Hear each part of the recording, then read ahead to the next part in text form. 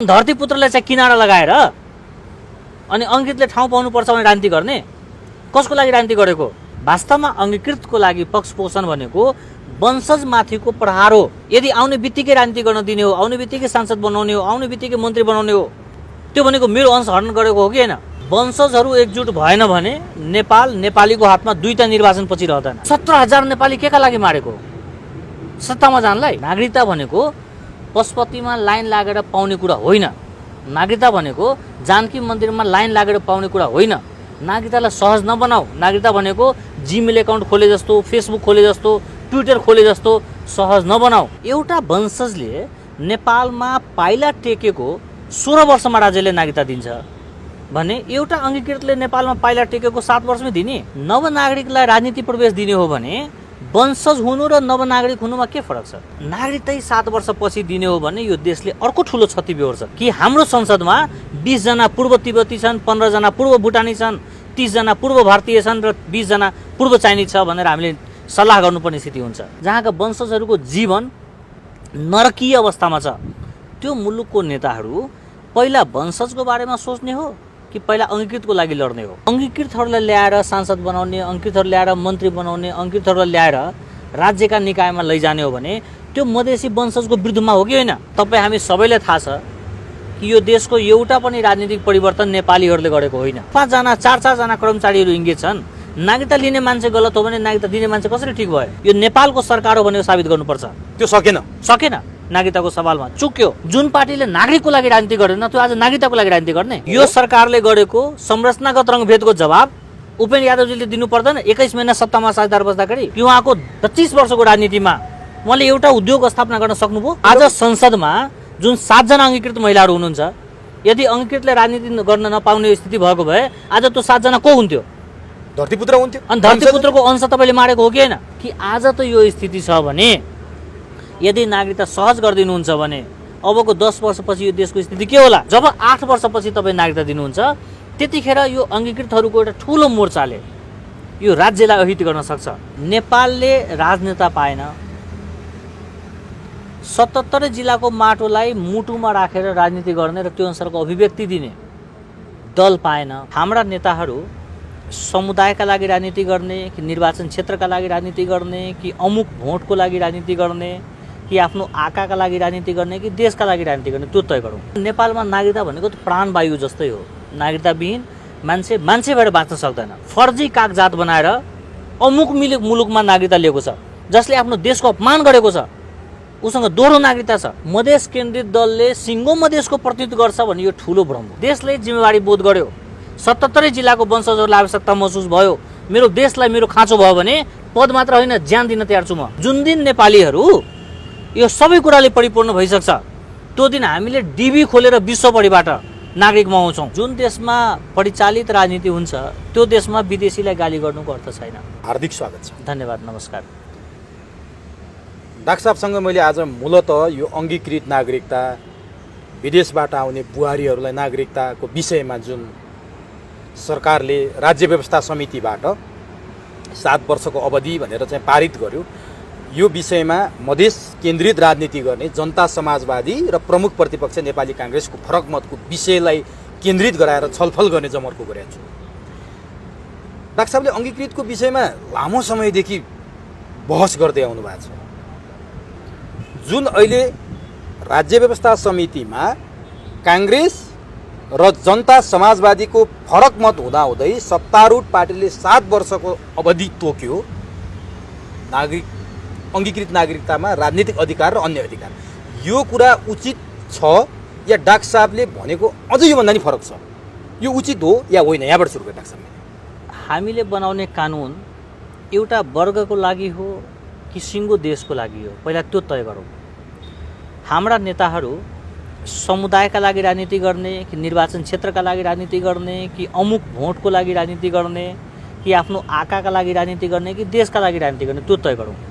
यदि यो देश जो भर्खर राष्ट्रवादबाट देशभक्तिमा रूपान्तरण हुँदैछ, यो देश जहाँ जुम्ला र जनकपुरको संवाद बल्ल बल्ल सुरु भइराखेको छ, जहाँ रोल्पा र रौतहटको चिनजान सुरु भइराखेको छ, जहाँका वंशजहरू रोजगारी नपाएर देशभन्दा बाहिर श्रम बेच्न जानु परेको छ, जहाँका वंशजहरू खान नपाएर मर्न थालेका छन्, जहाँका वंशजहरू आयोडिन भएको नुन खान नपाएर गाउँका गाउँ गलगाड बोकेर हिँडिराखेको छ, जहाँका वंशजहरू आफ्नो अधिकार सुरक्षित गर्न सकेको छैन, उहाँको शिक्षाको ग्यारेन्टी छैन, स्वास्थ्यको ग्यारेन्टी छैन, जहाँका वंशजहरूको जीवन नरकीय अवस्थामा छ, त्यो मुलुकको नेताहरू पहिला वंशजको बारेमा सोच्ने हो कि पहिला अङ्गीकृतको लागि लड्ने हो, त्यो उहाँहरूले तय गर्नु पर्यो। यो देशलाई जोगाउने हो कि उत्तेजनाको राजनीति गरेर देशमा द्वन्द्व निर्माण गर्ने हो, त्यो उहाँले तय गर्नु पर्यो। आम नेपालीहरूको भूमि, भावना र भविष्य पहिला सुनिश्चित गर्ने हो अथवा नवनागरिकका लागि सोफा सजाउने हो, त्यो उहाँले तय गर्नु पर्यो। यति भनिराख्दा तपाईँ हाम्रो दृष्टिकोणको आधार के? हामीले देशलाई आधार गरेर सोच्ने हो कि हामीले दललाई आधार गरेर सोच्ने हो? नेताहरू भोटको लागि राजनीति गर्छ, नेताहरू भावनाको राजनीति गर्छ, नेताहरू निर्वाचन क्षेत्रको राजनीति गर्छ, नेताहरू दलका लागि राजनीति गर्छ। तर बुद्धिजीवीहरू के गर्ने? नेता जस्तो भावनाको कुरा गर्ने कि जनताको भविष्यको कुरा गर्ने? नेता जस्तो दलको कुरा गर्ने कि देशको कुरा गर्ने? यदि देशको कुरा गर्ने हो, यदि जनताको भविष्यको कुरा गर्ने हो भने वंशजको अग्राधिकार कायम हुनुपर्छ, धरतीपुत्रहरूको अग्राधिकार कायम हुनुपर्छ, रोजगारीमा र राजनीतिमा वंशजहरूको वर्चस्व कायम हुनुपर्छ। यदि त्यो भएन भने नेपाल हिजोसम्म जसरी चलिराखेको थियो, जसरी विदेशीहरूको इन्ट्रेस्टमा, विदेशीहरूको इन्भेस्टमा, विदेशीहरूको चलखेलमा जसरी हामी आफ्नै विरुद्ध निर्णय गर्दै आउँदै थियौँ, यदि यही क्रम चल्दै गर्ने हो भने 2टादेखि 3टा निर्वाचन कुर्नु पर्दैन। तपाईँ हामी यसरी बसेर छलफल गर्नुपर्छ यही संविधान सभाको छेउमा कि हाम्रो संसदमा 20 जना पूर्व तिब्बती छन्, 15 जना पूर्व भुटानी छन्, 30 जना पूर्व भारतीय छन् र 20 जना पूर्व चाइनिज छ भनेर हामीले सल्लाह गर्नुपर्ने स्थिति हुन्छ। देश त रैथानेहरूको हो नि। नेपाल आउने नवनागरिकको आत्मसम्मानमा ठेस पुग्नु भएन। तर नवनागरिकलाई राजनीति प्रवेश दिने हो भने वंशज हुनु र नवनागरिक हुनुमा के फरक छ?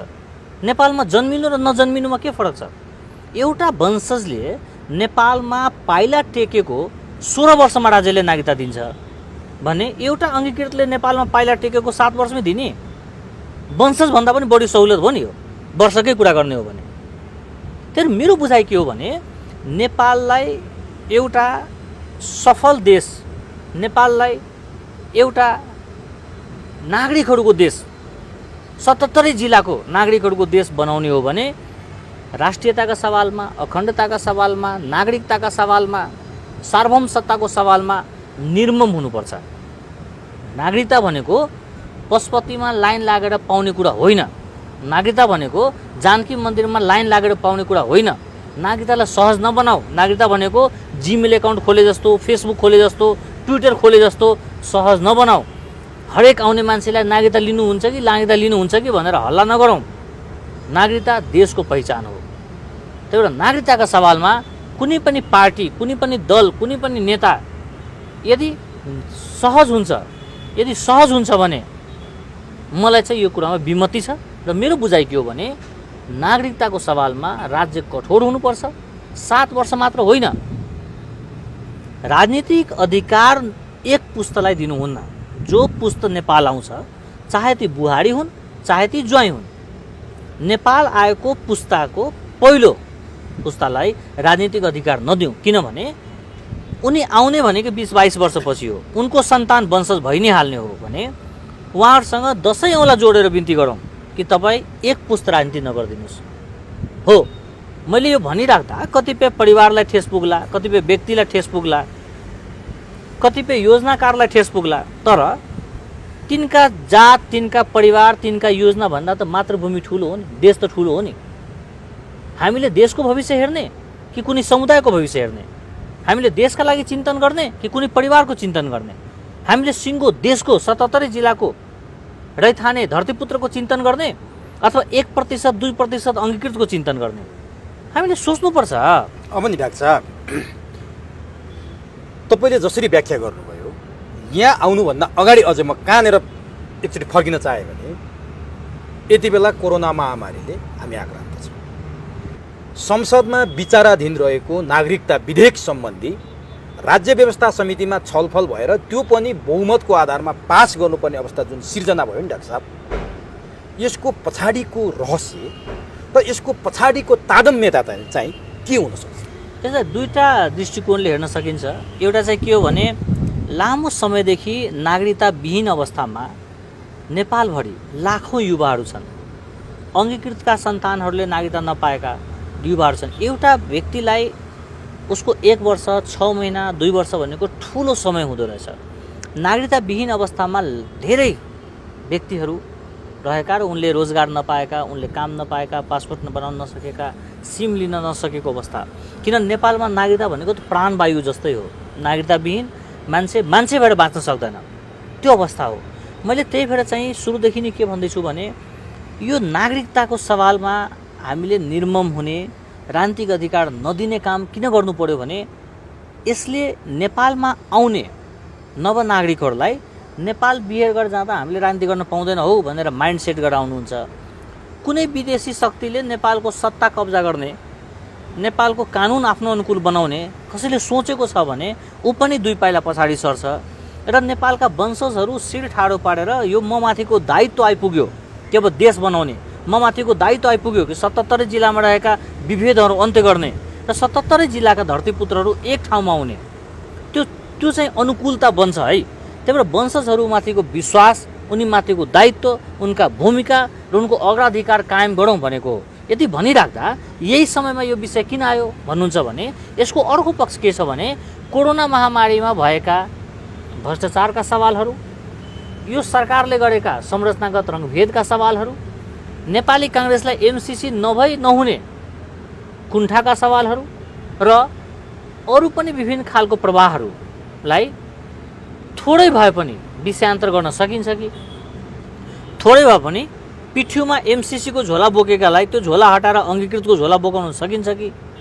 देशलाई हिसाब किताब मागिराखेको दललाई यो झोला यहीँ थन्काइदेऊ, तिमी अङ्गीकृतको लागि कुद भनेर डाइभर्ट गरेको हो कि?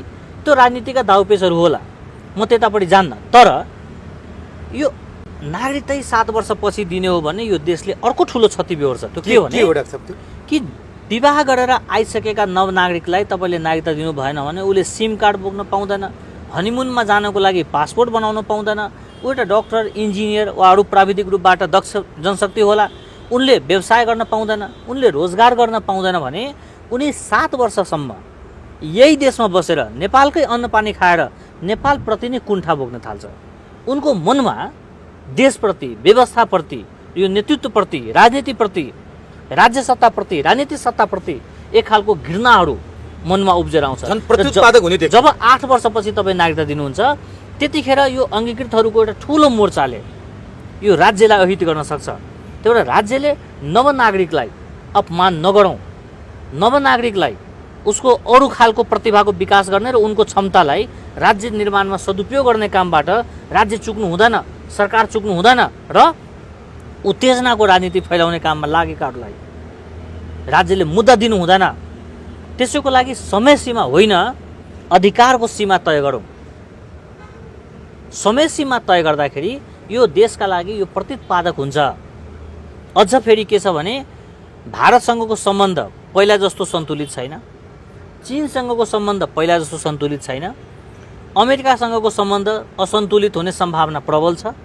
यो नेपाल सिङ्गो राष्ट्रले सबैसँग फरक र समदूरीको सिद्धान्तमा बाँच्न थाल्यो भने यो अझ बढी असहज स्थिति हुन्छ।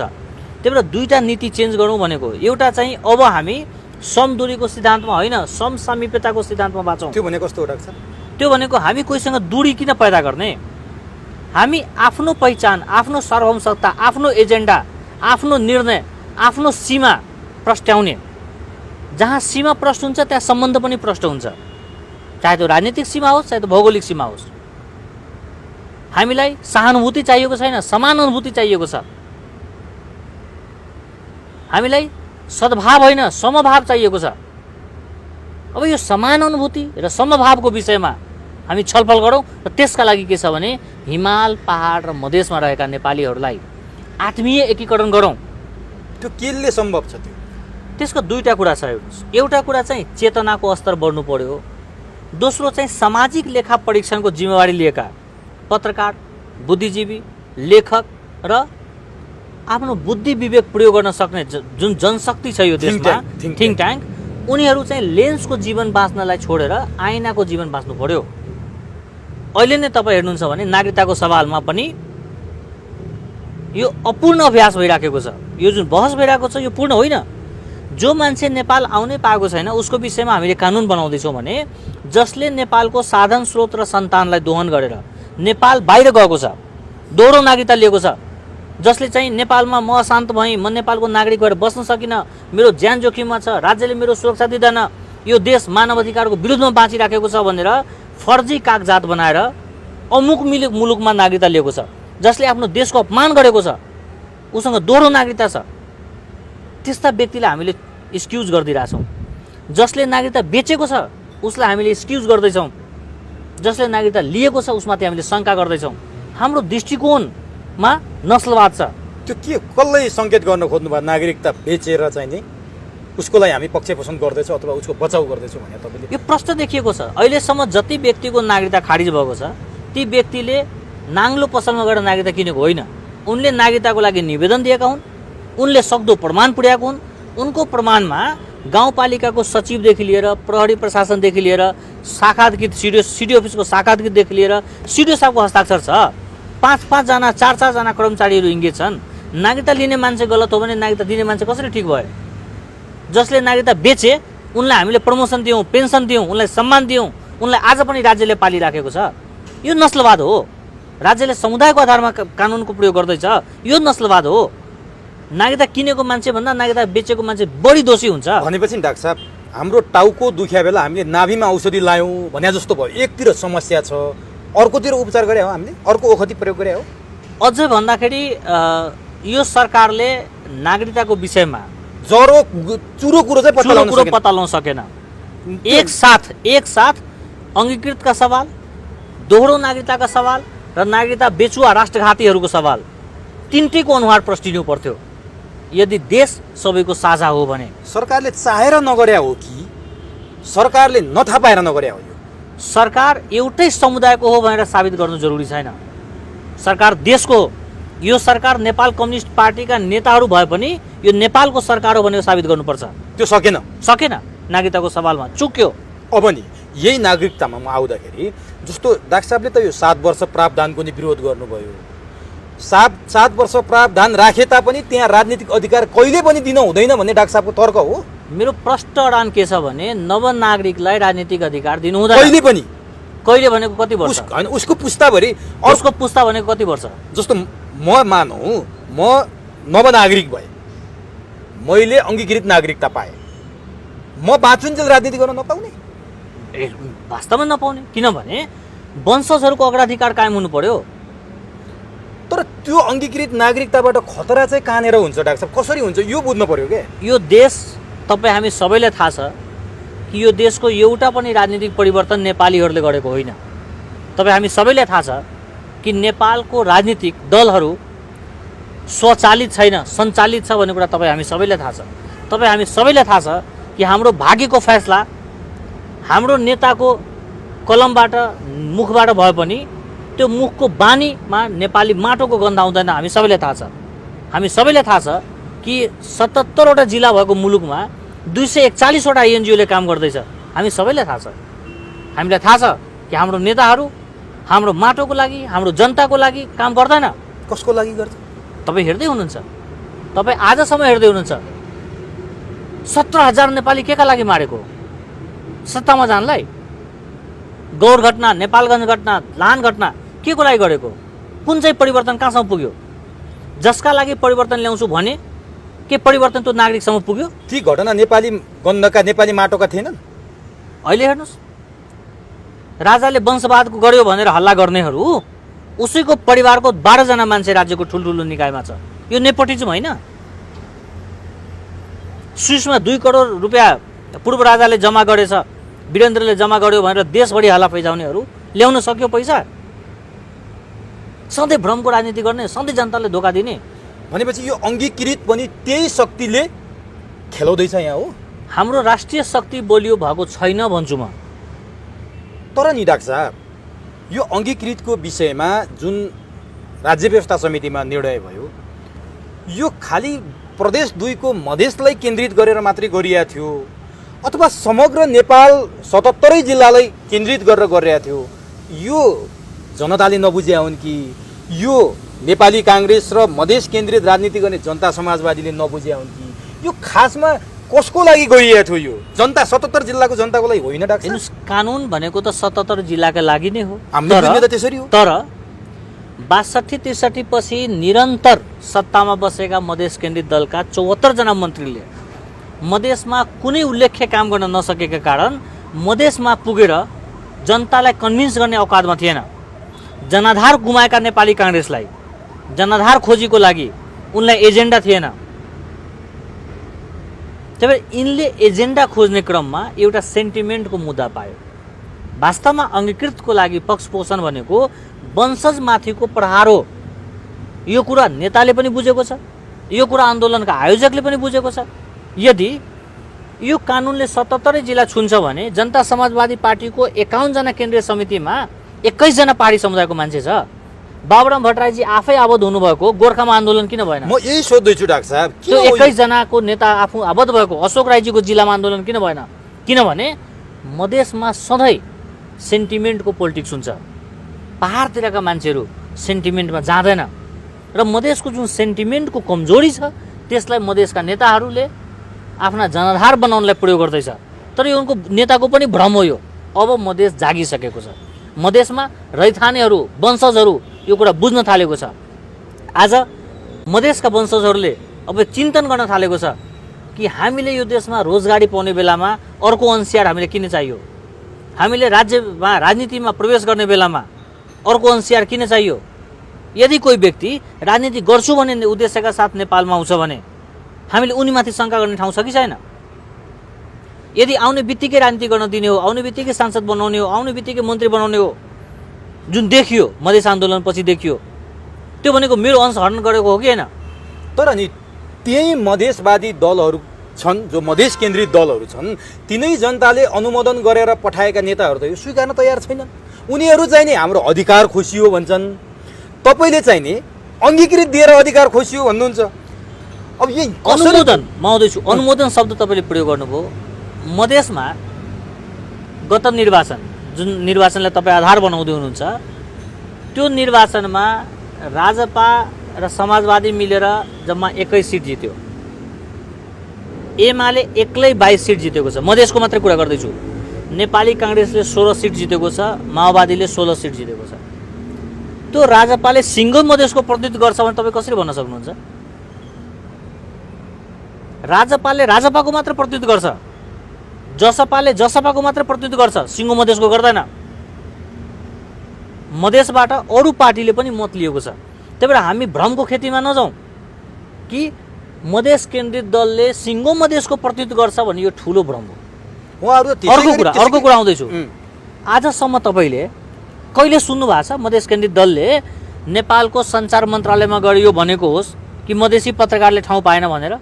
तपाईँ कहिले सुन्नु भएको छ कृषि मन्त्रालयमा गएर डेलिगेसन दिएको होस्? तपाईँ कहिले सुन्नु भएको छ मधेसमा एउटा अस्पताल खोल्नु पर्यो भनेर संसदमा वाकआउट गरेको होस्? तपाईँ कहिले सुन्नु भएको छ मधेसमा एउटा विश्वविद्यालय चाहियो भनेर प्रधानमन्त्री कार्यालय घेरेको होस्? कहिले सुन्नु भएको छ? जुन पार्टीले नागरिकको लागि राजनीति गर्दैन त्यो आज नागरिकताको लागि राजनीति गर्ने? यो के छ उहाँहरूको? यसको कारक तत्त्व चाहिँ के? उहाँहरूले यसरी तराईको सेन्टिमेन्ट्स क्यास गर्न खोज्नुको पछाडि अब आउने चुनावको भोटको राजनीति हो। गुम्दै गएको जनाधारलाई जसरी पनि आफ्नो पक्षमा ल्याउँछु भनेर गरिएका अभ्यास हो। त्यहाँका जनता विश्वास गर्न तयार छन्? यो अब गर्दैन र 64 पछि तपाईँ सम्झिनुभयो भने 64 मा जुन तहमा गरेका थिए 70 मा र 74 मा गरेन। घट्दो क्रम छ। अनि काङ्ग्रेसको चाहिँ के हो यो? र घट्दो क्रमका एउटा अर्को आधार के पनि छ भने हिजो एउटा पार्टी बलियो थियो, अहिले 7 वटा पार्टी मिलेर जानु परेको छ। त्यो पनि कता न कता यी लिडरहरूको आत्मबल खस्केको हो नि। जवाफ दिनु पर्दैन? 62-63 मा 118 जना मधेसीले मारेर 30 वटा सम्झौता गरेर 74 वटा मन्त्रालय पाएका मन्त्रीहरूले मधेसवादी दलबाट, मधेस केन्द्रित दलबाट ती 74 वटा मन्त्रीले भन्नु सक्नु पर्दैन कि म कृषि मन्त्री हुँदाखेरि मैले यो काम गरेँ, म स्वास्थ्य मन्त्री हुँदा मैले यो काम गरेँ, मैले भौतिक योजना मन्त्री हुँदा मैले हुलाकी सडक बनाएँ, गर्यो केही? सधैँ झुक्याउने जनतालाई, सधैँ मधेसलाई ठग्ने। हामीले त कहिले पनि प्रधानमन्त्री हुन पाएनौँ। यो सिस्टम भनेको प्रधानमन्त्री जे बोल्छ त्यही हुन्छ। हामी त एउटा निरीह मन्त्री मात्रै थियो भन्नुभयो है मसँग। यदि त्यो हो भने एकचोटि तपाईँलाई एमाले ठगेपछि अर्कोचोटि एमालेसँग किन जानुभयो? एकचोटि काङ्ग्रेसले तपाईँलाई ठगेको थियो भने अर्कोपट्टि काङ्ग्रेससँगै सत्ता साझेदार किन बन्नुभयो? एकचोटि माओवादीलाई तपाईँले ठगेको थियो भने अर्कोपटक माओवादीसँग किन पुग्नुभयो?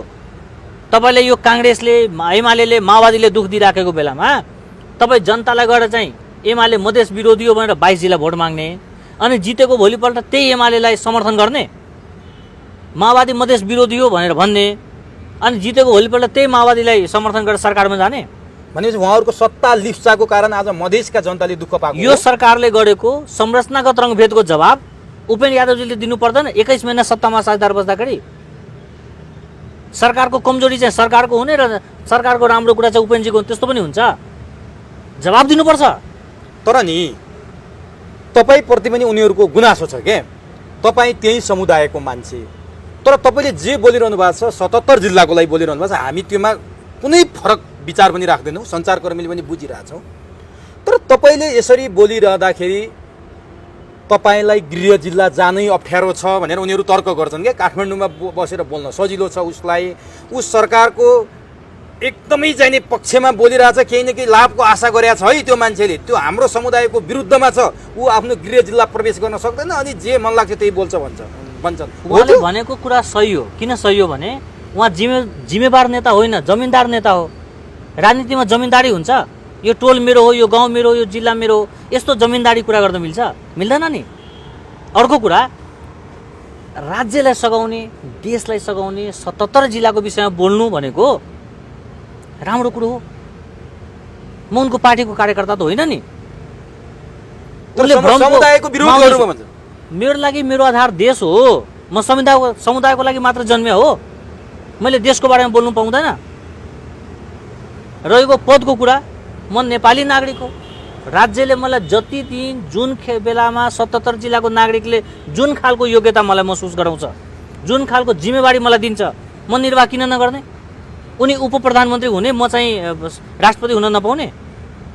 जरुरी परे बनौँला। देशले जिम्मेवारी बोध गर्यो, 77 जिल्लाको वंशजहरूलाई आवश्यकता महसुस भयो, मेरो देशलाई मेरो खाँचो भयो भने पद मात्र होइन ज्यान दिन तयार छु म।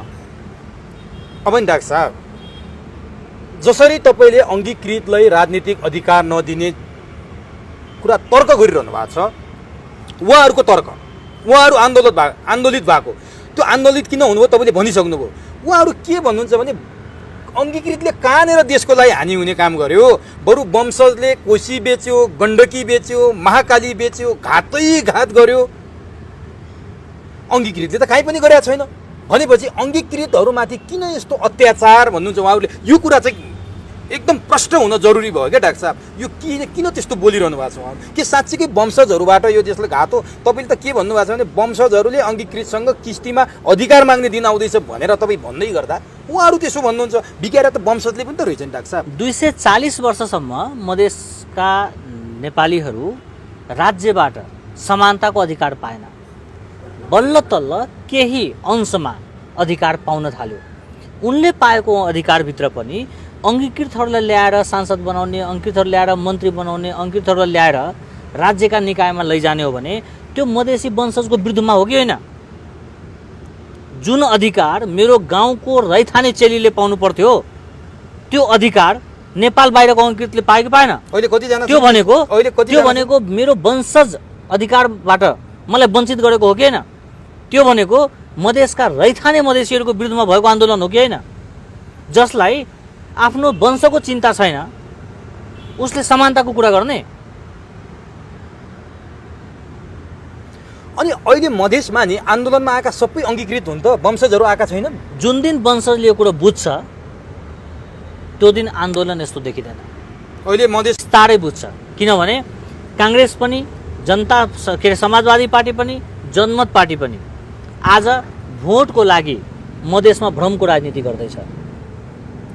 वंशजको अधिकार कुण्ठित गर्ने, वंशजले पाउने अवसरहरूलाई कुण्ठित गर्ने, वंशजका लागि नयाँ सेयर होल्डरहरूलाई अधिकार देऊ भनेर हिँड्ने, यी भनेका नेपाली वंशजहरूको विरुद्धमा, धरतीपुत्रहरूको विरुद्धमा थालिएको अभ्यास हो। यो आज नभए 10 वर्षमा यो कुरा साबित हुन्छ।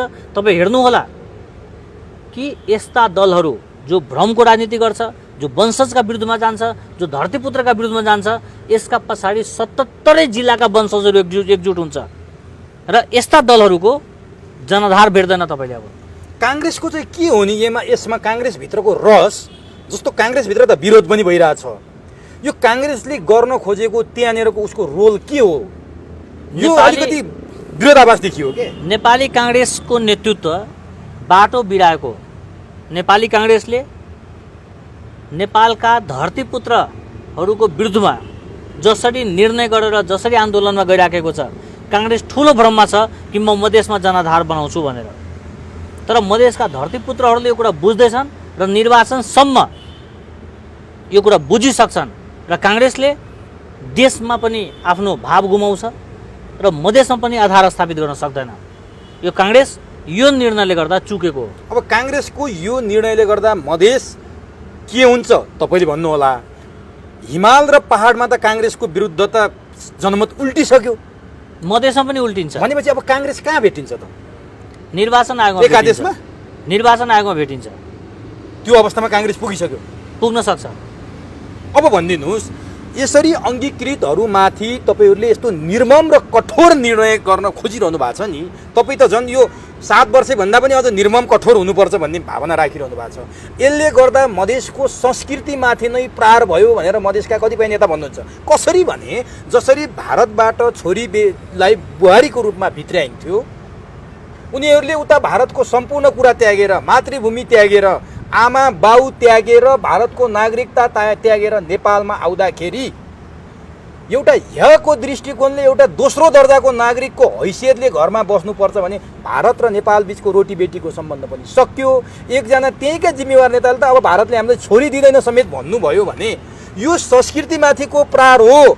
हिजो हामीलाई जसरी भारतले विश्वास गर्थे भारतका छोरीहरू बिहे गरेर आउँथे, अब त्यो सबै समाप्त भयो, हाम्रो संस्कृतिमाथि निर्मम प्रहार भयो भनेर भन्छ। यो साँचो हो? यो उहाँको आसक्ति मात्रै हो। संस्कृति र राजनीति फरक फरक कुरा हो। नेपालमा बिहे गरेर आउने चेलीहरू राजनीति गर्छु भन्ने उद्देश्यले आउने होइन नि। यदि यो राजनीति गर्छु भन्ने उद्देश्यले आएको छ भने त्यो त झन् खतरनाक हो नि। रहेको कुरा, जुन मान्यजीले अब भारतले छोडी दिँदैन भन्नुहुन्छ, कि त उहाँले म्यारेज ब्युरो खोलेको हुनुपर्छ, कि त उहाँ जुन उमेरमा हुनुहुन्छ त्यो उमेरमा नेपालीले पनि छोडी दिँदैन। अब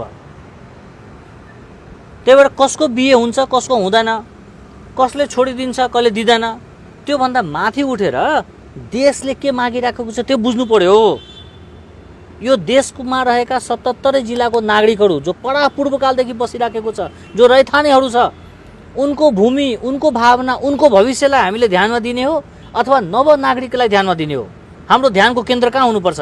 हाम्रो राजनीतिको केन्द्र कहाँ हुनुपर्छ? हामीले रैथाने नेपालीहरूको भविष्यको बारे चिन्तन गर्ने हो कि विश्वको कुन नागरिक नेपालमा आउँछ र त्यसलाई हामीले के अधिकार दिन्छौँ भने चिन्तन गर्ने हो? कि नेपाली रैथानेहरू जागिरले परिपूर्ण, अधिकारले परिपूर्ण, संरचनाले परिपूर्ण, समृद्धिले परिपूर्ण भइसक्यो हो?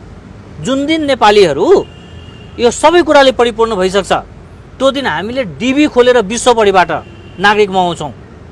अहिले त नेपालीहरू आफ्नै खुट्टामा उभिन सकेको छैन। 15,000 को रोजगारीको लागि देश छोड्नु परेको छ। जुन मान्यजीले यो कुरो भन्दै हुनुहुन्छ, म प्रति प्रश्न गर्न चाहन्छु कि उहाँको 25 वर्षको राजनीतिमा उहाँले एउटा उद्योग स्थापना गर्न सक्नुभयो? उहाँले 5 जनालाई रोजगारी दिन सक्नुभयो? आफ्नो छोरा आफ्नो छोरी चाहिँ देश छोडेर जानुपर्ने अनि दुनियाँको छोरीको चिन्ता लिएर बस्ने, यो गलत हो। यो उहाँको नियतमा खोट छ। अनि नि डाक्टर साहब, जस्तो अङ्गीकृतहरूबाट देशमाथि हुने घात, देशमाथि हुने चाहिँ जुन तपाईँले अघि राष्ट्रघातको कुरा गर्नुभयो नि, उहाँहरूको तर्क अर्को पनि के रहेछ भने उति बेला राजा महेन्द्रले बर्माका मान्छे, सिक्किमका मान्छे ल्याएर चाहिँ तराईमा भर्ने, अङ्गीकृत नागरिकता दिएर चाहिँ आज हामीलाई चाहिँ मधेसमा यो अवस्थामा पुर्याइदिने, यो अप्ठ्यारो अवस्थामा पुर्याइदिने महेन्द्रीय राष्ट्रवाद भनेर भन्नुहुन्छ है। त्यो कारणले गर्दा आज हामी दोस्रो दर्जाका नागरिक भइरहेछौँ भने अब अङ्गीकृतले चाहिँ देश बिगार्छ भनेर अहिले भन्ने, हिजो किन भर्या मधेसमा जनता भनेर भन्नुहुन्छ, यो के हो? यो अङ्गीकृतको राष्ट्रियताप्रति उनको भूमिकाप्रति मलाई शङ्का छैन। मलाई चाहिँ धरतीपुत्रले अधिकार पाउनुपर्छ भन्या हो। अनि उनीहरूले रोक्दाखेरि अङ्गीकृत रोक्दाखेरि धरतीपुत्रले अधिकार पाउँछ? पहिलो अधिकार कसको हुनुपर्ने? धरतीपुत्र? आज संसदमा जुन 7 जना अङ्गीकृत महिलाहरू हुनुहुन्छ, यदि अङ्गीकृतले राजनीति गर्न नपाउने स्थिति भएको भए आज त्यो 7 जना को हुन्थ्यो? धरतीपुत्र हुन्थ्यो। अनि धरतीपुत्रको अंश तपाईँले मारेको हो कि होइन? अनि धरतीपुत्रलाई चाहिँ किनारा लगाएर अनि अङ्गीकृतले ठाउँ पाउनुपर्छ भने राजनीति गर्ने? कसको लागि राजनीति गरेको? यो पानीको लौरो बोकेर कता हिँडेको? राजनीति नेपालमा रहेका नेपालीको लागि हुनुपर्छ। राजनीति यो 77 जिल्लाको भूमिको लागि हुनुपर्छ। आफ्नो सन्तान खान नपाएर कुपोषण गइसक्यो, आफ्नो चेलीबेटी आफ्नो छोराछोरीहरू 12,000 15,000 को लागि देश छोड्न बाध्य भइसक्यो, आफ्ना नेपालीहरू चाहिँ बाँच्न नपाएर आत्महत्या गर्न थालिसक्यो। अनि तपाईँले विश्वको चिन्ता भयो? यो कसको दबावमा राजनीति गर्दै हुनुहुन्छ? अब यही सोध्दैछु डाक्टर साहब, यो कुरा चीनसँग सीमा जोडिएको तपाईँको तातो पानीमा पनि होला, रसुवाफमा पनि होला, दोलखामा पनि होला, डोल्पामा पनि होला, तर मधेसमा मात्रै भारतसँग जोडिएर यो जबरजस्त हामीले गरेका छौँ कि? यो भ्रम हो। यो अङ्गीकृत मधेसीका लागि मात्रै हो भने पनि भ्रम हो। यसले भारत मात्रै प्रभावित हुन्छ भने पनि भ्रम हो। यो अङ्गीकृतको एजेन्डा उठायो भने मधेसभरि मेरो जन्म त्याडी हुन्छ, यो पनि भ्रम हो। त्यही भएर अब नेताहरू एजेन्डा घुमाइसकेका छन्, व्यक्तित्व घुमाइसकेका छन् र यो मुद्दाले अस्तित्व पनि गुमाउँछन्। अब भनेपछि उहाँहरूको तर्क के थियो भने 99% अङ्गीकृत मधेसमै हुन्छन्, अरू त शून्य हुन्, त्यो गन्तीमै आउँदैन, त्यसकारण सबैभन्दा बढी प्रहार मधेसमै भयो। उनको अज्ञानताको पीडा सिङ्गो नेपालले बेहोर्नु जरुरी छैन। यो घर घरमा छिर्यो भन्नुहुन्छ मधेसको, उहाँले यो पीडा घर घरमा छिर्यो भन्नुहुन्छ। अनि घर घरमा अङ्गीकृत होला उहाँको जानकारीको विषय हो। मेरो बुझाइ के हो भने यो धरतीको रक्षा धरतीपुत्रले गर्न पाउनुपर्छ, रैथाने थारूले गर्न पाउनुपर्छ, रैथाने मधेसीले गर्न पाउनुपर्छ, रैथाने मुस्लिमले गर्न पाउनुपर्छ, अब यहाँको रैथाने नेवारले गर्न पाउनुपर्छ। धरतीपुत्रले देश बनाउनुपर्छ। अब नि डाक्टर साहब, यो मुद्दा त पेचिलो भएर उठिहाल्यो। अब तराईमा वंशजले पाउनुपर्छ, तिमीहरूले गलत गर्यौ भनेर त्यो किसिमको आन्दोलन उठ्ने सम्भावना छ कि छैन? छ, त्यो पनि उठ्छ, काउन्टर पार्टबाट उठ्छ, चाँडै उठ्छ। त्यो त शक्तिशाली होला नि त, यो अङ्गीकृतको भन्दा पनि स्वाभाविक हो। कसले गर्छ नेतृत्व? नयाँ नेता जन्मिन सक्छ, यो त विचार हो। मैले त विचार दिएको, यसको जवाब निर्वाचनमा वंशजले जवाब दिन्छ। त्योभन्दा अगाडि यो आन्दोलन रोकिँदैन? आन्दोलन त अब सिद्धिन्छ। यो निर्णय पास हुन्छ, 7 वर्षको निर्णय पास हुने हो। यो पास भएपछि यो आन्दोलन सिद्धिने हो। अनि हाम्रो सिके राउत, यो जनता समाजवादी अनि काङ्ग्रेस, तिनीहरूको मुद्दा एउटै भएको हो। अब यिनीहरू जनाधारका लागि एकै ठाउँमा जम्मा भए हुन्, सबै एक ठाउँमा आइसक्यो। अब यो यिनीहरूको छिनोफानो 2079 सालको चुनावले गर्छ हो। यिनीहरूको भित्रको एउटा इन्ट्रेस्ट के पनि हुनसक्छ भने यो वा त्यो बहानामा देशलाई अशान्त गर्ने, आन्दोलित गर्ने, देशलाई अझ बढी पीडामा लाने र जसका प्रभावबाट यो सरकार परिवर्तन होला, प्रधानमन्त्री परिवर्तन होला, यिनका उद्देश्य त्यहाँ हुनसक्छ। तर यिनी आफ्नो यात्रामा हिँड्ने बेलामा के चाहिँ बुझ्न सकिरहेको छैन भने 4 महिनाको लकडाउनमा त्राहिमाम भएको देश, अर्थतन्त्र जर्जर भएको देश, त्यहाँ थप आन्दोलन गरेर व्यापारीलाई थप पीडा दियो, थप आन्दोलन गरेर विद्यालय थप बन्द गर्यो, थप आन्दोलन गरेर जनताको जीवन थप नर्कीय बनायो। यतापट्टि संविधानमा तलब पनि खाइराख्ने, अर्कोतिर व्यापारीलाई सटर खोल्न नदिने, नागरिक विरुद्धको पनि आन्दोलन गर्न मिल्छ भने तुक छैन यो आन्दोलन। अहिलेको अवस्थामा तुक छ। हरेक 12 वर्ष 15 वर्षमा संविधान खारिज हुने, व्यवस्था परिवर्तन हुने स्थिति थियो। अहिले यो कोल्टो फेर्नुपर्ने स्थिति भइसकेको कारणले गर्दाखेरि विभिन्न व्यक्तिहरू जसले देशलाई आधार बनाउन सकेको छैन, जसले जातलाई, क्षेत्रलाई, वर्गलाई र आकालाई आधार बनाएर बाँचिराखेका छन्, तिनीहरूले यो आन्दोलनलाई थप ऊर्जा दिने, काङ्ग्रेसको, जनमतको, जसपाको जुन इन्ट्रेस्ट छ त्यसमाथि थप इन्भेस्ट गरेर, व्यथितिलाई थप चर्काएर, जनतालाई त्राहिमाम गरेर यो सत्ता मात्र होइन व्यवस्था पनि परिवर्तन गर्न सकिन्छ भनेर यात्रा गरेको हुनसक्छ। यो कहीँबाट छ, यसमा बेलुनमा हावा भरेको? यिनीहरू आफै बेलुन रहन्छन्, यिनलाई कसले हावा भर्नु? कतिपयले शङ्का गर्छन् क्या, भारत, पश्चिम, चीन पनि अब त यहाँ आइसक्यो। जुन देशमा परिचालित राजनीति हुन्छ त्यो देशमा विदेशीलाई गाली गर्नुको अर्थ छैन। आफ्नै नेता बिकाउँछ भने कसले खरिद गर्यो भने किन सफल बिक्न त बिक्या हुन्, देश केन्द्रित छैनन्, सञ्चालित छन्, स्वचालित छैनन्। अनि नि अब पश्चिमा र भारतको निकै चर्चा हुन्थ्यो, फेरि उत्तर पनि हाबी भयो भन्ने अहिले सुनिन्छ क्या। तपाईँ देख्नुहुन्छ त्यस्तो? मलाई चाहिँ व्यक्तिगत रूपमा के लाग्छ भने आजसम्म तपाईँसँग कुरा गरिराख्दाखेरि पनि नेपालले राजनेता पाएन, 77 जिल्लाको माटोलाई मुटुमा राखेर राजनीति गर्ने र त्यो अनुसारको अभिव्यक्ति दिने दल पाएन, अथवा एक शब्दमा भन्ने हो भने नेपालले लिडर पाएन, डिलर मात्रै पायो। जसले गर्दा नागरिकसँग राजनीति गरिनेहरूले नागरिकका लागि राजनीति गर्दिएन।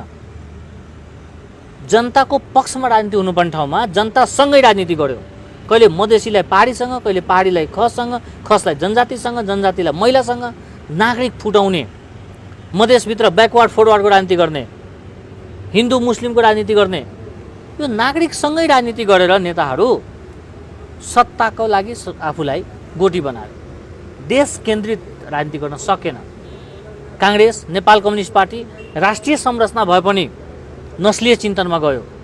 जनता समाजवादी पार्टी क्षेत्रीय संरचना भएर पनि त्यो पनि एउटा नस्लीय चिन्तनमा गयो। एउटा समुदाय, एउटा वर्गलाई समाते। सबै नेपालका लागि, सबै नेपालीका लागि राजनीति हुन सकेन। त्यसैको लागि म घरिघरि भन्दैछु कि आज त यो स्थिति छ भने यदि नागरिकता सहज गरिदिनुहुन्छ भने अबको 10 वर्षपछि यो देशको स्थिति के होला? जसले अङ्गीकृतको पक्षमा वकालत गर्दैछ तिनले सँगसँगै एउटा अर्को पनि मुद्दा उठाइराखेको छ। त्यो के हो भने जनसङ्ख्याको आधारमा राजनीतिक क्षेत्र, निर्वाचन क्षेत्र निर्धारण गर भन्दैछ। एकातिर अङ्गीकृतलाई नागरिकता देऊ भन्छ, अर्कोतिर जनघनत्वको आधारमा निर्वाचन क्षेत्र ल्याऊ भन्छ। यो दुईटा भनेको के हो? प्रस्ताउनु पर्दैन उहाँहरूले? सुम्पिने हो, कहीँ कतै सुम्पिने हो। हामी नेपालीले बुझ्नु पर्दैन? योभन्दा ठुलो सङ्केत के हुनुपर्छ? प्रश्न भनिदिनुहोस् त, जनताले बुझ्ने गरी त्यसको सङ्केत के हो? फिजीकरण? जनता बुझिराखेको छ, जनता बुझिराखेको। यो दुईटा त होला नि, कि त फिजीकरण कि त सिक्किमीकरण हो। वंशजहरू एकजुट भएन भने नेपाल, नेपालीको हातमा दुईटा निर्वाचन पछि रहँदैन। तपाईँको भविष्यवाणी मिल्ने भविष्यवाणी हो कि तपाईँले यो उनीहरूलाई च्यालेन्ज गरे मात्रै हो कि कस्तो हो यो? म राजनीतिक कर्मी होइन, म यो देशको माटोलाई मनमा राखेर बोलेको कुरा हो। र पुनः दोहोऱ्याउँछु, यदि देशभरिका वंशजहरू देशका लागि एकजुट हुन सकेन भने दुईटा निर्वाचन पछि नेपाल नेपालीहरूको हातमा हुँदैन। किनभने हामी कहाँ अहिलेदेखि नै नागरिकता र देशभक्ति फरक फरक रहेछ भन्ने कुरा नेताले साबित गर्न थालिसक्यो। प्रमाणपत्र मात्रै बोकेको भरमा नेपाली हुने होइन नि, देशभक्ति पनि सँगसँगै चाहिन्छ। राष्ट्रवाद र देशभक्ति बीच आकाश जमिनको फरक छ भनेपछि डरलाग्दो छ अवस्था। देश गम्भीर मोडमा जाँदैछ है। अब देशमा ठुलो राजनीतिक दुर्घटना हुन सक्छ। त्यो गृहयुद्ध भन्नुभएको थियो नि तपाईँले, त्यही पनि हो कि? हुन सक्छ। हामी गृहयुद्धमा सङ्घारमा गइसकेको छौँ। आजसम्म 1600 चान्चुन नेपालीहरू आत्महत्या गरिसके। रहरले गरे हो। काठमाडौँका अधिकांश परिवार त्राहिमाम छन्, घर भाडा तिर्न नसकेर। 70% भन्दा बढी सञ्चार माध्यम बन्द हुने अवस्थामा गइसक्यो। हाम्रा व्यापारहरू चौपट भइसके। हाम्रो राजस्वले कर्मचारीको तलब दिन सक्ने अवस्थामा छैन। हामी कता जाँदैछौँ? नेता पाल्नलाई देश के अरे राजनीति गर्ने?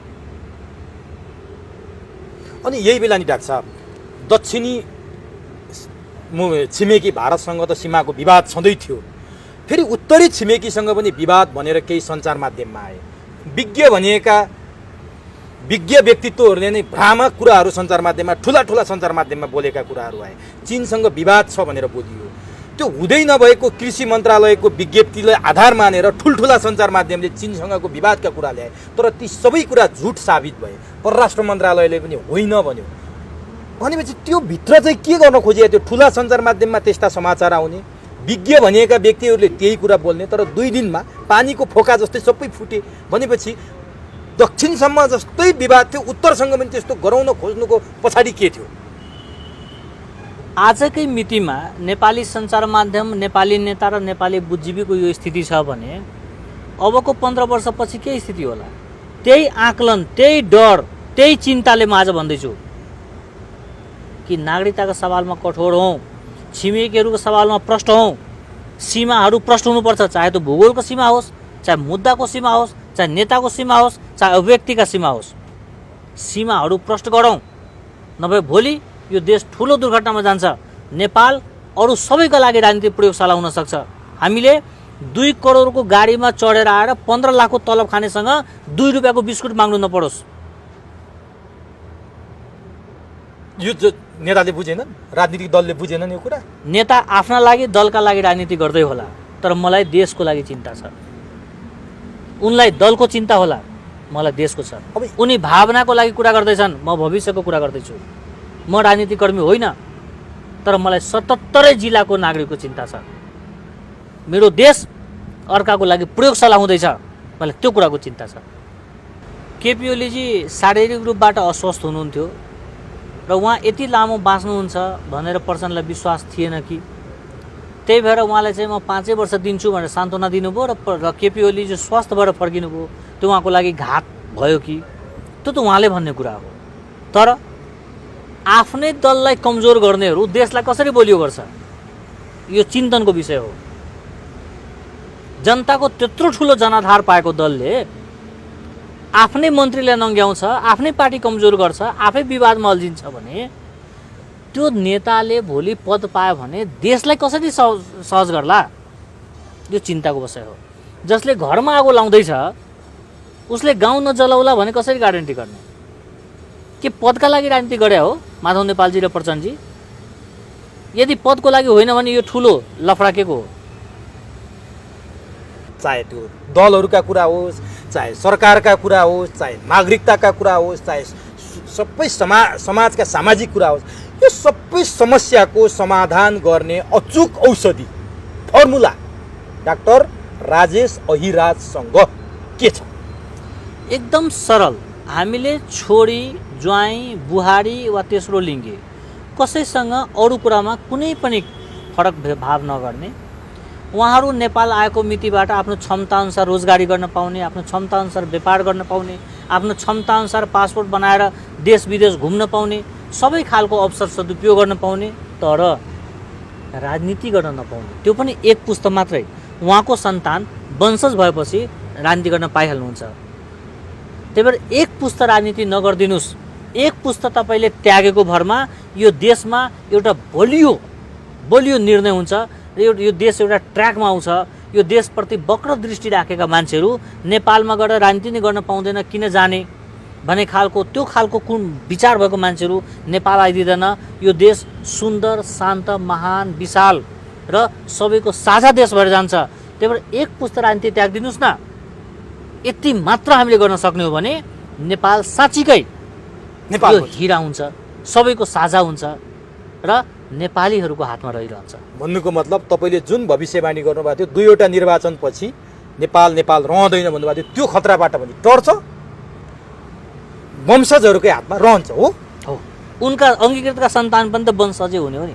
आफ्नै सन्तानको भविष्यको लागि पनि अङ्गीकृतहरूले गर्ने आन्दोलनलाई चाहिँ सरकारले कसरी सम्बोधन गर्ला त? अब कसरी सक्ला? सरकारले चाहिँ 7 वर्षपछि कागज दिन्छु भन्नु चाहिँ यो गलत हो। किनभने जुन देशमा